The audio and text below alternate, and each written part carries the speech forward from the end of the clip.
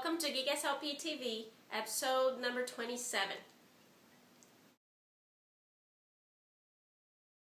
Happy Friday to most of you who are watching the video on Friday. I'm really excited, looking forward to the weekend. Before we reach the weekend, I want to do a demonstration of an application that I have released last week called Minimal Pairs Academy. It's an application that is designed for you to be working in minimal pairs, of course. I just came back from a presentation, from actually two presentations, one in Atlanta and another one in Chicago. They're really both exciting presentations with a packed room. If you're on the presentation, thank you so much for coming over to my presentation. Now that I'm back home and here creating apps and recording these videos, which I haven't done one in a while, I really want to spend some time and demonstrate Minimal Pairs Academy to you guys, and I really hope you guys enjoy using minimal pairs. It was really rewarding going to these conferences and meeting people who are actually using the application that I have developed, and they tell me, Barbara, I have been using your application on a daily basis on my therapy. So it's really rewarding to share a little bit of my technology, my geek side, with other SLPs. But now let's go to what I'm here to do, which is a demo of Minimal Pairs Academy. Now you guys are looking at the screen of my iPad and it's running Minimal Pairs Academy. First thing you need to do is to enter Minimal Pairs Academy. And now you can see I have already 3 students on my caseload. I can edit my students or I can add a new one. I'm going to go ahead and add a new student. And I'm going to add my good friend Mary. And I'm going to select an avatar for her.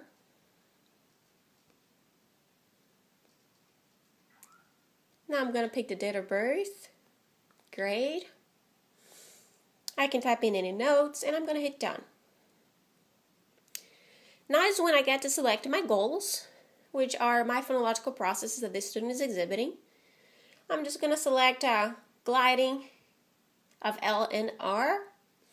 And here on the bottom you can see the different possibilities for activities. We have auditory bombardment, discrimination, production, or phrase completion. What I'm going to do is I'm going to just select, let's say, auditory bombardment and hit done. So now I know the goals that Mary's working on and the activities that I want her to practice. I can select all or just one. Before I start my session, I know exactly which goals they are working on. The application also knows that and it has it saved. But I want to show you guys that you can edit this information at any time. I'm going to go ahead and double click. Oh, I just noticed that I select the same photo for Barbara and Mary. That can be really confusing. So I'm going to double tap the image for Barbara and change the avatar for Barbara. That was actually pretty interesting. So now Barbara has a different avatar. I'm going to hit done. Now I see the goals that I have selected for Barbara. She's actually working on cluster reduction S. And you can see here we have some other processes that have a stamp, and the stamp says mastered. It could be that I was working on cluster reduction S, and you see selected. But if she has mastered, I'll just tap on it again to give it a stamp to say that she has mastered working on that phonological process.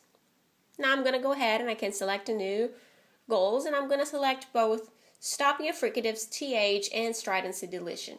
And she's doing production. I'm going to hit done. Now I can see here I have 4 students. For this session, I'm just going to select 3 of my students. Now if I tap on them, you can see them, they get a stamp for selected, and I know that I get to start my session. Now let's say this is the production activity, and Barbara is working on it. Production, stopping of fricatives, TH. Our goal here is for them to say fourth. Fourth. If for some reason they don't say fourth, you get to tap here and show the correct word. But for this purpose, I'm going to say she did get the word fourth correctly. So there's no need for us to show her the wrong one. So we're just going to mark got it. I'm going to go to the next student. So now the app's taking turns between my students and their goals. So now I have Sean. He was doing phrase completion activity for gliding L. This is the phrase. The blank from the flashlight was bright. Now you can say the white. The white from the flashlight was bright, or the light. Light. And he get light. the light from the flashlight was bright. Good job, and we go to the next. Ripe. So this is the auditory bombardment activity.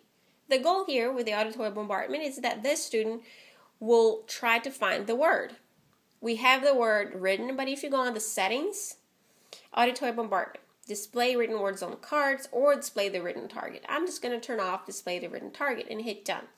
So now it says ripe and we need to find it. Ride.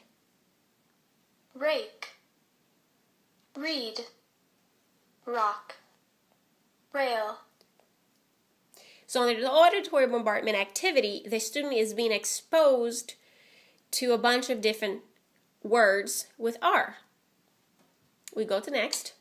Now it goes back to my first student. She was doing a production activity for stopping of fricatives, TH. Now the goal is for Beth. Let's say she missed it. She said, boat. Oh, I'm sorry. The goal is both. And she says, boat. And this is when we get to show them the pair, boat versus both. They are two different words. We can get to record their voice, boat. Or their voice, boat. And we get to listen and tell them, look, compare. Does this sound like this or this? And let's say they almost got it the first time, and then the second time, well, they got it. We go to next.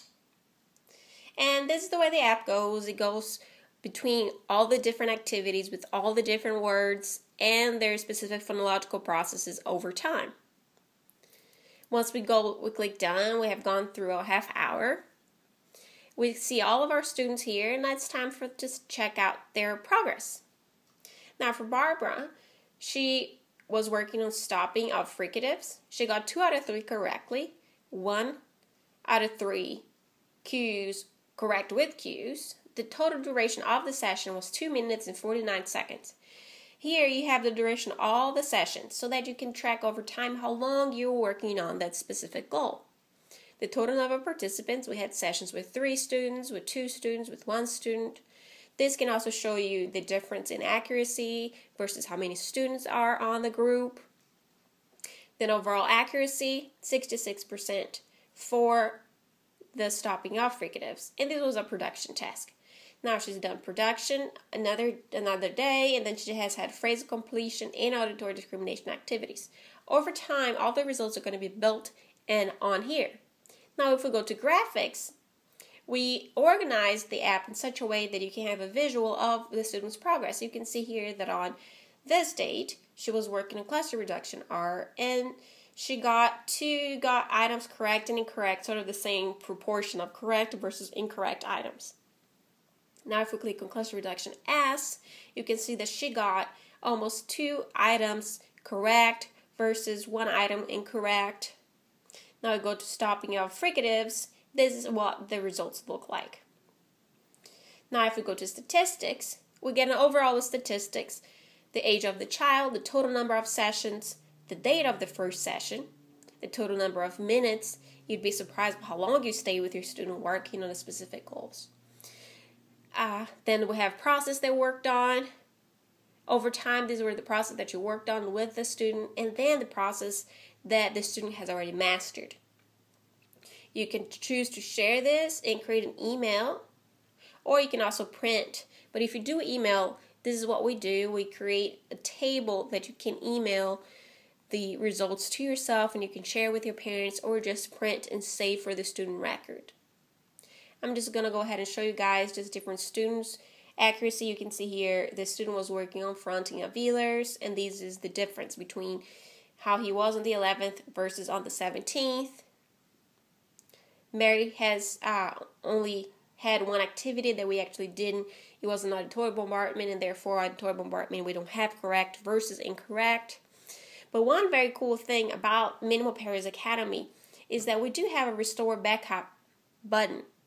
And what that button does is to allow you to save the student's information on the iTunes account so that you can have a backup of all these student files in case anything happens to your iPad. Or if you got a new iPad and you want to transfer all this data to a new iPad, you can also do that just by using your iTunes.